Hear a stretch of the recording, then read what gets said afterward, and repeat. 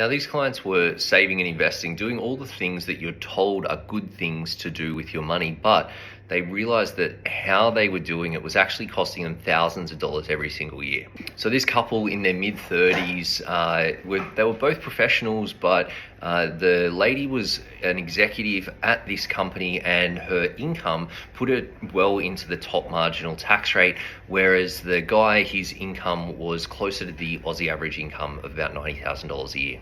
Now, she was the driver of their money and investing. And like in a lot of couples, that one person tends to take the lead a little bit more. Now, in this couple, it was a lady and she was more focused on the finances. She was more focused on investing. Also, her dad had helped her out with the money and got her into share investing at an early age. So she had set up an investment account for them as a unit, and the spare cash that they had that was coming through was building up nicely in this share portfolio that was growing and making them a bit of coin. The issue was, though, that for these guys, because she was on the top marginal tax rate already and she had this investment account that was in her name, all of the investment income was being allocated to her name and adding to her assessable and being taxed at the top marginal tax rate. So it meant that she was losing 47% of the money that they were making on these investments. When we got into their planning, we went through a bunch of different options, but they decided ultimately to invest through an investment bond.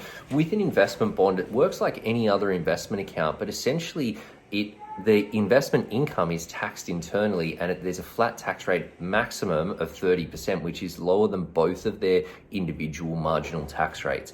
As a result, it meant that the investment income that they were getting from this portfolio was taxed lower, and therefore the investments could grow faster. But on top of that, with an investment bond, if you leave the money invested for 10 years or more, you don't pay any capital gains tax at all. For these guys, that resulted in an immediate tax saving of almost $5,000 a year. But when we started looking at it over the estimates in the years ahead, it meant that that savings was going to be so much more for them. Then you add on top the capital gains tax that they would save by not paying that in the future when their investment portfolio was a whole lot bigger, and you see that the savings go well into the six-figure territory. The lesson here is that the conventional wisdom tells you to save money and invest money, and those are all good things that you should do, but how you do them is all important.